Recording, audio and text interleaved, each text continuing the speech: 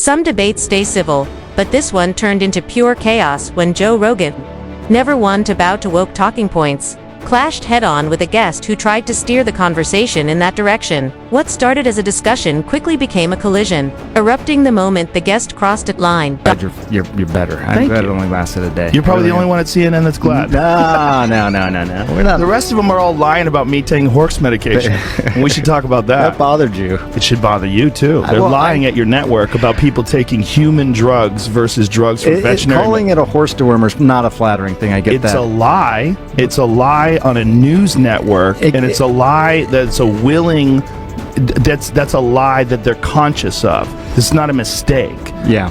They're unfavorably framing it as veterinary medicine. The guest was Dr. Sanjay Gupta, CNN's chief medical correspondent, and even before recording, the meeting felt newsworthy, a major media figure stepping into Joe Rogan's studio. From the start, the energy was tense as Joe came armed with facts.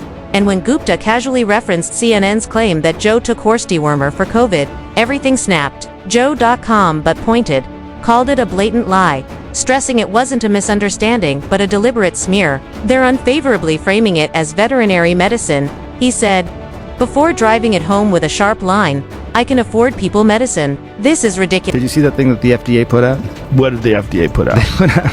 It was a tweet, and it was snarky. I admit it. They said, "You are not a horse, you are not a cow, stop taking this stuff," or something like that. Why would you say that when you're talking about a drug that's been given out to billions and billions of people, a drug that was responsible for one of the inventors of it making the Nobel Prize. The Nobel Prize in 2015. Yeah. Yeah, a drug that has been shown to stop viral replication in vitro. You know that, right? Why would they lie and say that's horse dewormer? I can afford people medicine, mother. This is ridiculous. It's just a lie. I don't think anyone is thick. But don't you think that a lie like that is dangerous on a news network when you know that they know they're lying? You know that they know that I took medicine. Like, here it is. This is ivermectin. You got it with right you. Here. The issue wasn't just personal, but dangerous. And he pressed Gupta directly. Don't you think a lie like that is dangerous? When you know they're lying, though Gupta eventually conceded, they shouldn't have said that. The damage was already done, as Joe had exposed to millions that this wasn't journalism but character assassination, leaving his audience with a piercing question. If they're lying about a comedian taking horse medication, what else are they lying about? Just come back to the one I want to talk about. Two things on the ledger. Before we get to that, does it bother you that the news network you work for out and out lied, just outright lied about me taking horse dewormer? They shouldn't have said that. Why did they do that? I don't know. You didn't ask? You didn't think that was you're the medical guy over there. I didn't ask. I should have asked before coming on your podcast. But they did it with such glee. No, yes, Joe. they did. I watched. I watched. You watched? No, I don't think there's glee. They did. I don't. No one takes. Joe Rogan says he has COVID, taking livestock drug despite warnings. Yeah. Jamie had to pull this up. You want to play it? But my point is, you're working for a news organization. If they're lying about a comedian taking horse medication, what are they telling us about Russia?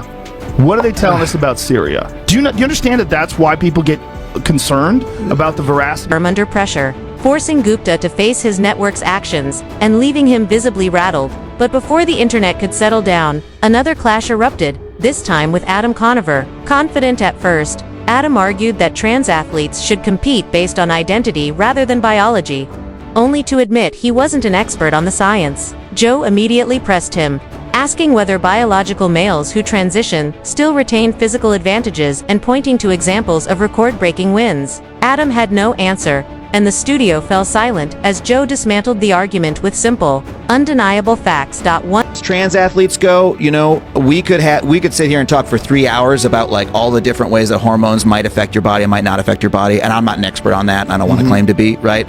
But a sports with trans athletes who are competing with with their gender, right? That is a sporting world that I'm more interested in, right? And I think we should reminded Adam that sports are divided by gender for one reason: performance, not feelings, and then posed the unavoidable question: when a biological male transitions to female, do they still have physical advantages? The room fell silent as Joe backed it up with examples of athletes who transitioned and quickly shattered women's records, leaving Adam without a response. Joe wasn't being cruel but direct. Pressing further, if a woman trains her whole life and someone who lived as a man for 30 years comes in and dominates, is that fair? Adam's silence spoke louder than words, and when clips of the exchange spread online, many called it a complete shutdown of his argument. I disagree, and What do you disagree about? I've already my main point being the one that I already made, right? That like I don't think that there is such a thing as a perfectly level playing field. I think we decide what kind of playing field we want to have.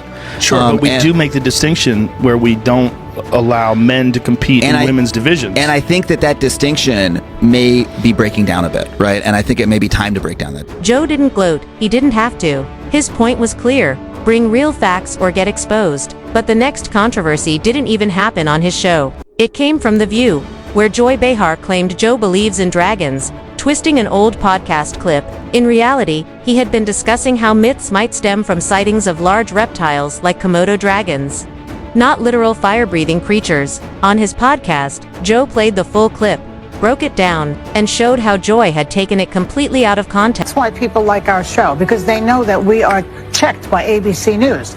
But We're checked by everybody. Yeah, I mean, if we're wrong, we have, the legal note here. The human legal. But we went from Walter Cronkite, basically, to this guy Joe Rogan, who believes in dragons. I checked it. He believes in dragons. He believes in dragons. Did you triple source that? Yes, I did. And he also thinks that dragons, like dinosaur-y type of animals, roam the earth. They were stunned by The View's dishonesty, and the backlash was swift. Though Joy later claimed she was joking, the damage was already done. Soon after, another storm hit, this time involving author Graham Hancock, famous for challenging mainstream archaeology. Following the release of his Netflix series, Ancient Apocalypse, critics branded him a pseudoscientist and even hurled extreme, baseless accusations. When Hancock appeared on Joe's show, he brought a letter from the Society for American Archaeology urging Netflix. Why would Graham, you're so much more of a celebrity than me. He is Flint. Netflix, correct. I'm sorry that I am Flint. That's not really my problem. Hey Netflix, I have this power. Hey Netflix, correct your mistake and reclassify Ancient Apocalypse as fantasy. Netflix corrects your mistakes. This is you pushing this, Flint. And then the general media fishy Twitter Netflix show, Ancient Apocalypse, is the most dangerous show on Netflix. You used the word dangerous repeatedly in your conversation piece.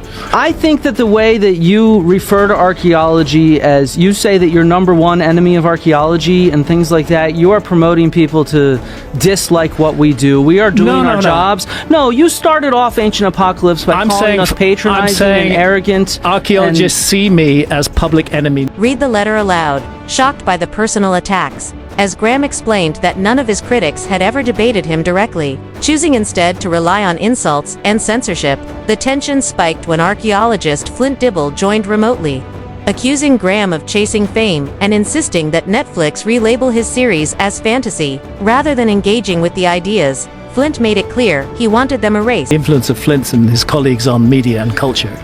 And again, we've got the Society for American Archaeology, 5,000 members. Flint is one. Flint's co-author, John Hoops, actually helped to write this letter for the Society of American Archaeology. They're saying that I embolden extreme voices that misrepresent archaeological knowledge in order to spread false historical narratives that are overtly misogynistic, chauvinistic, racist, and anti-Semitic. I mean, you apply those labels to somebody and you're going to get that person hated by a lot of people. Whole ball. I did not write that. No, your co-author John Hoops wrote it. We urge Netflix to add disclaimers that the content is unfounded. They want it to be called science fiction. In other words, that's a very clever way of Joe's eyebrows shot up as he asked, so instead of challenging the ideas, you just want them hidden. What are you afraid of? Flint stumbled, exposing that this wasn't about science but control. While Graham brought evidence and curiosity and Flint relied on outrage and labels, by the end, Joe hadn't taken sides. He had chosen open debate. From Gupta to Conover, Behar to Hancock, the pattern was clear. Joe never backed down, letting the conversations play out and, in doing so, allowing the truth to surface for millions to see.